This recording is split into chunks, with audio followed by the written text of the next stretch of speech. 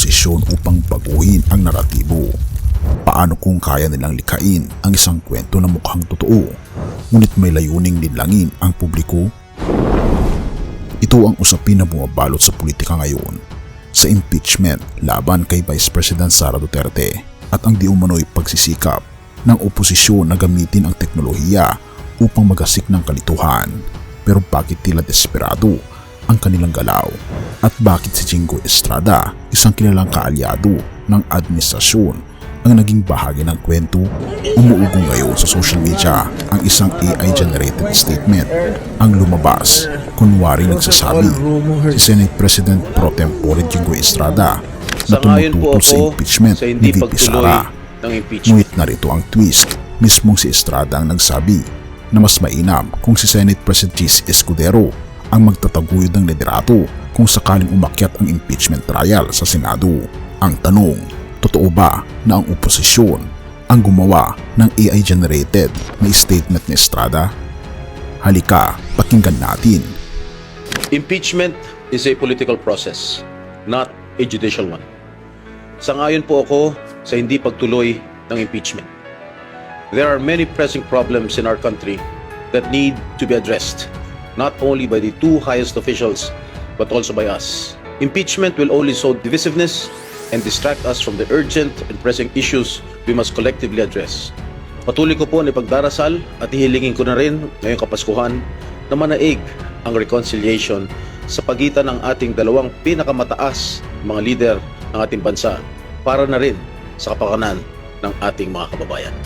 At ito ay sumasalungat sa sinabi ni Estrada na blessing in disguise na si Chis Escudero ang abogadong magpe-preside kung aabot ang impeachment sa Senado.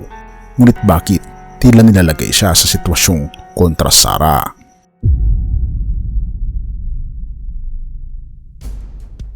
Kasabay ng impeachment ay ang chismis ng isang Senate coup. Ayon sa ulat, pinamunuan umano ni Senator Amy Marcos ang pagsisikap ng palitan si Escudero bilang Senate President na ang target ay iluklok si Senator Cynthia Villar, pero may malaking but. Mariing itinanggi ito ni Estrada at ganon din ni Senator Amy Marcos. Ika pa ni Estrada, none at all, those are all rumors. Dagdag pa niya, wala raw senador na naglalakas loob na lapitan siya para sa suporta sa kuna ito. Ngunit ang tanong, kung walang coup, bakit tila napakaraming pangalan at personalidad ang hinahalo sa kontrobersiya?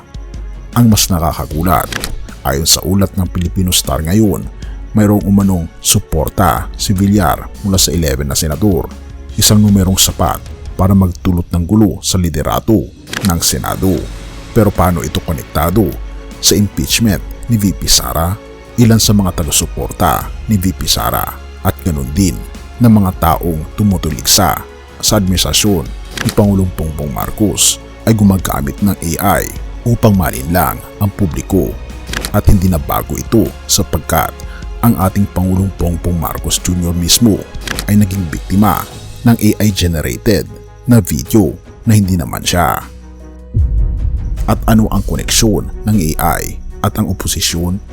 Ang sagot ay mas malalim kaysa sa simpleng politika.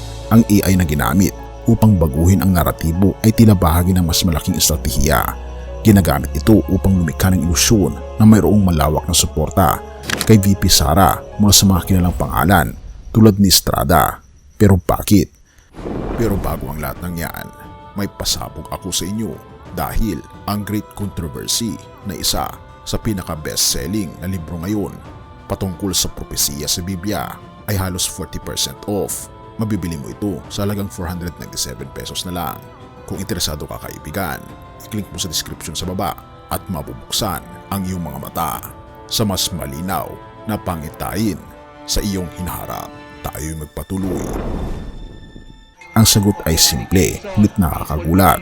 Upang guluhin ang opinyon ng masa, ang isang kwentong mukhang makatotohanan, ngunit puno ng kasinungalingan ay maaaring magdulot ng kalituhan, lalo na kung ito ay suportado ng teknolohiya tulad ng AI. So ano ang tunay na layunin nito? Kung iisipin, ang mga taong kumakalaban sa administrasyon ay tila nasa desperadong kalagayan. ang impeachment ay maaaring isang hakbang upang pahinain ang suporta kay VP Sara.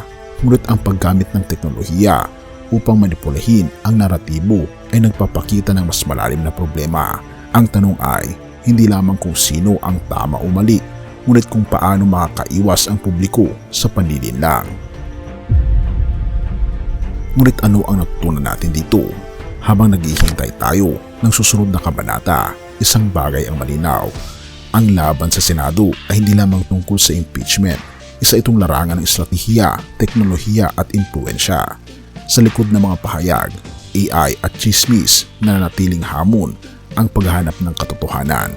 At sa huli, ikaw na nanonood ng content na ito, patuloy ka bang magpapadala sa ingay ng politika o pipiliin mong suriin ng mabuti ang bawat detalye bago maniwala dito? At ang tanong, totoo ba na ang oposisyon ang gumawa ng bagay na ito? Ano sa tingin niyo mga kaibigan ang patungkol sa content na ito? Kawikaan 8 verse 13, ang may takot sa Panginoon ay nagtatanim ng masama. Siya'y umiibig sa mabuti at nananatili sa katotohanan. Sa gitna ng kaguluhan at kasinungalingan sa mundo ng politika, ang hamon sa bawat isa ay ang manatiling matuwid at mapanuri. Ang takot sa ating Panginoong Diyos ay nagbibigay sa atin ng lakas upang labanan ang masama, kabilang na ang panlilinlang at pag-abuso sa teknolohiya tulad ng AI upang manipulahin ang opinyon ng iba.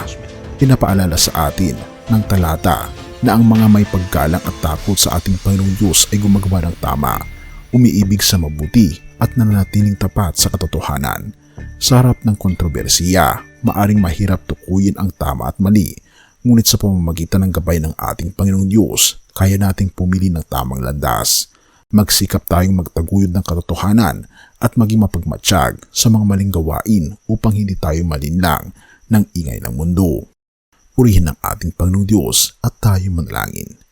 Ama naming Diyos na makapangyarihan sa lahat, salamat po sa araw na ito at sa pagkakataong pagnilayan ang iyong salita. Sa gitna ng ingay ng politika, kasinungalingan at panlilinlang, hinihiling namin ang iyong liwanag upang makita ang katotohanan. Turuan niyo po kaming maging matalino, mapanuri at tapat sa lahat ng aming ginagawa. O aming Panginoong Diyos, itinataas namin sa iyo ang aming mga pinuno at mga nasa posisyon ng kapangyarihan. Hipuin mo ang kanilang mga puso upang mamuhay sila ng may integridad at takot sa iyo. Ilayo niyo po sila sa tukso ng kasamaan at gamitin niyo sila bilang kasangkapan ng katarungan at kabutihan. O aming Panginoong Diyos, sinadalangin po namin ang mga nanonood at nakikinig ngayon ng content na ito.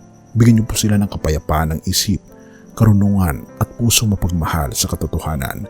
Huwag mo silang hayaan na maligaw ng landas, bagkus ay gabayan mo sila upang maging liwanag sa kanilang pamilya, komunidad at bayan. Sa iyo lamang ang papuri at pasasalamat, o aming Panginoong Diyos. At patnubayan po kami at gabayan niyo po kami.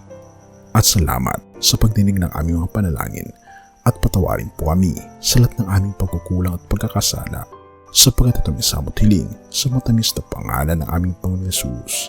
Amen.